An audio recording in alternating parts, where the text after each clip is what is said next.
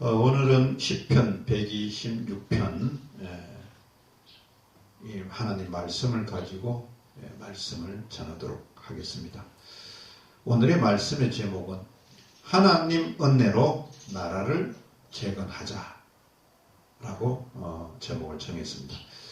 세계가 우한 폐렴 때문에 비상입니다. 우리나라뿐만 아니고 물론 중국이 발생을 했지만 지금은 유럽으로 가서 이탈리아, 스페인, 프랑스, 독일 유럽 각 나라들이 초토화되고 있는 현상입니다. 과학이 아무리 발달하여도 질병은 그 과학을 앞질러 가고 있습니다. 여러분들 매사의 환경에서 오는 고난이나 이 병들을 면역력을 키워서 하나님 은혜로서 잘 물리치시기를 바랍니다. 스스로 자기 몸 안에 저항력 없으면 병이 사탄에게 지게 되어 있습니다. 사탄한테 물리게 되어 있다는 것이죠. 오늘 하루는 물론이고 매일매일 하나님 갑옷을 입고 무장하여 지내시는 여러분들 되시기를 바랍니다. 오늘 본문의 배경이 되는 이스라엘 사항을 좀 보도록 하겠습니다. 주전 605년 1차 바벨론 포로로부터 시작된 바벨론 포로 생활 70년이 끝나고 주전 537년 기환하고 또 주전 536년에 성전을 짓기 시작한 것은 바벨론이란 대제국이 페르사 즉 바사에 의해서 멸망하는 것으로부터 출발합니다. 마치 일본이 연합군에 의해서 함락하고 우리에게 광복이 찾아온 것하고 같다는 이야기죠.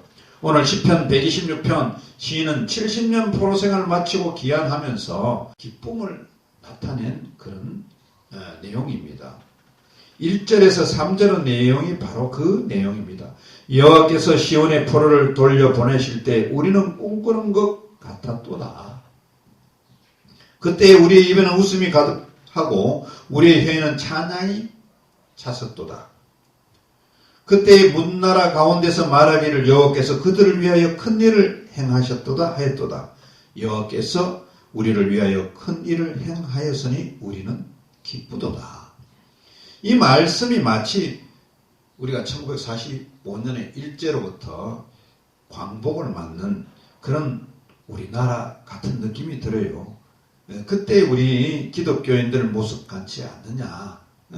이 말씀에서 우리는 이스라엘 백성에게 70만이 주어진 기환과 또 36년 동안 일제 억압에서 광복은 하나님의 은혜였다고 우리는 분명히 그런 그 사실을 알아야 된다는 거죠. 우리가 잘나서 우리가 독립운동을 했기 때문에 그런 것이 아니라 우리나라를 향한 전적인 하나님의 은혜가 있었기 때문에 그런 해방이 주어졌다고 이렇게 믿어야 되는 것입니다. 그러기에 우리는 일제 36년 모진 고통을 보면 표면적인 고통에 머물러 있을 뿐만 아니라 그 배후에 역사하시는 하나님의 때가 되어서 그 베풀어 주신 우리가 하나님 은혜에 감사하는 우리 모두가 되어야 된다는 것이죠. 1945년은 우리가 광복이 됐지만은 우리 힘으로 우리나라를 꾸려나가지는 못했습니다. 북쪽에는 소련이 진군했고 남쪽에는 미군이 들어왔습니다. 미군이 들어와서 우리나라를 군정으로 한 3년 동안 이끌면서 일본군을 무장해제를 시켰습니다. 그리고 그 일본군을 무장해제시켜서 일본으로 돌려보냈어요. 저는 이승만 대통령의 다큐멘터리를 보면서 감옥에서 기독교인이 된 이승만을 읽었어요. 그 내용을 다큐멘터리 영상에서도 봤고요. 그래서 감옥 속에서 기독교인이 됨으로 개화사상이 넘쳐 해외에서 독립운동을 하였던 것입니다. 미국 필라델피아를 포함해서 하와이 등등에서 독립운동을 했죠. 우리나라는 해방된 지 3년이 지난 1948년 8월 15일에 대한민국 정부를 수립합니다. 그 해에 5월 10일에 이승만과 한독당이 압승을 거두었고 재헌국회가 소집되어서 7월 17일에 헌법을 제정 공포합니다. 이 범법에 따라서 정 부통령이 선거가 치러지고 이승만 대통령이 선출되어서 8월 15일 날 대한민국 정부 수립이 대내외적으로 공식 선포되었습니다. 북한은 1948년 2월 8일 조선인민군이 창설이 되었고, 물론 사상적인 분열은 그 상해 정부부터 있었습니다. 그러나 해방 이후에도 좌우 대립이 심각해서 그 뿌리가 지금까지도 분단 85년이 지나도 지금도 그 내용이 남아 있습니다. 그 사상이 오늘 주사파 사상, 좌익 사상이 바로 그 뿌리인 것입니다. 이 기간을 돌아보면 대한민국 자유민주주의를 일으킨 이승만 대통령, 경제개발을 하여 세계 10위권으로 국가를 세운 박정희 대통령, 그 업적을 높이 사야 합니다. 세계 그 어떤 나라에 가도 우리가 잘 살고 있다는 것을 느낄 수 있습니다. 자부심을 충분히 좋을 만큼 되어 있었던 것입니다. 하지만 긍정적인 면도 충분히 많이 있지만 부정적인 면도 많이 있습니다. 첫째, 경제는 나락에 떨어져 전망이 어둡습니다. 둘째, 일본과의 대외적인 관계도 부정적입니다. 셋째, 자유우방 미국과도 만만치가 않습니다. 넷째, 남북 문제는 심각해지고 있습니다. 북한의 핵 보유로 경쟁적으로 미사일을 날려보내므로 국제사회는 오늘 바늘방석이라는 거죠. 예. 상당 오래전에 121 사태 김신종 무장공비 집단이 1968년 임진강을 건너와서 청와대를 폭파하러 왔습니다. 그 외에도 1953년 7월 27일 정전협정 후 북한은 약 5,000회 이상 직간접적으로 도발을 해오고 있습니다. 근래에도 밝혀지지 않지만 계속되고 있는 현실입니다.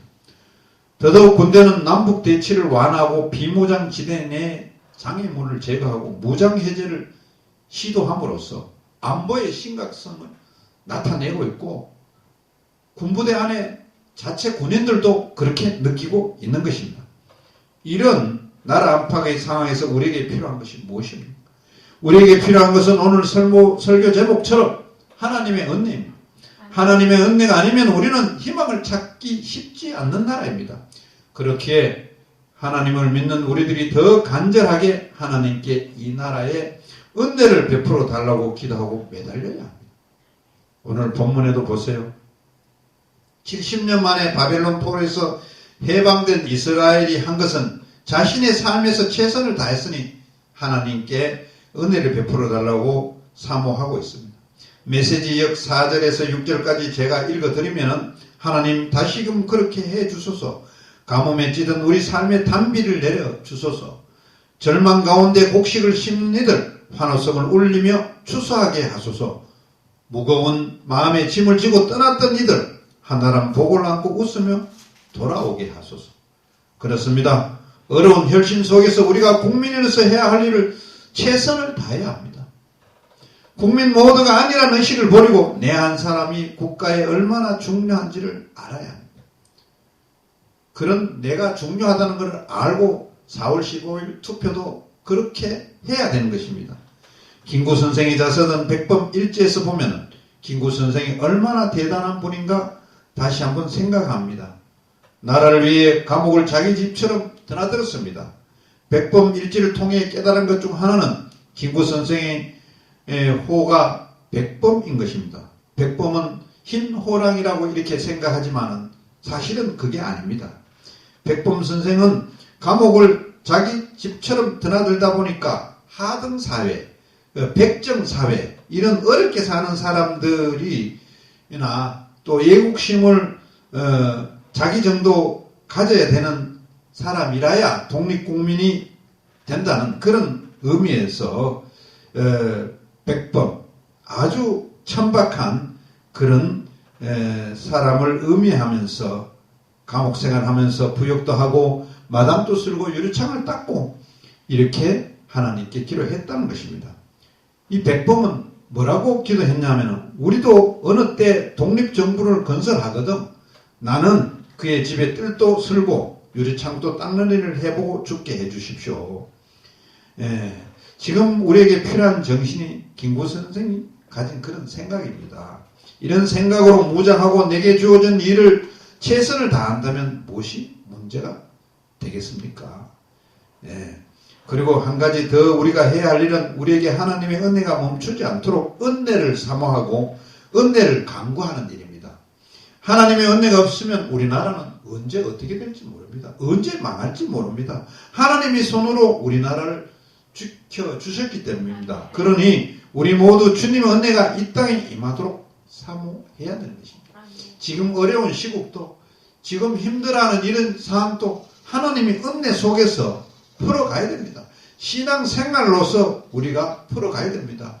지금처럼 교회가 예배가 폐해지고 온라인 예배를 드리고 또 우리가 밖에서 기도하는 모임들이 소모임들이 이게 안 되고 이런 부분들은 빨리 해소해야 되는 것입니다.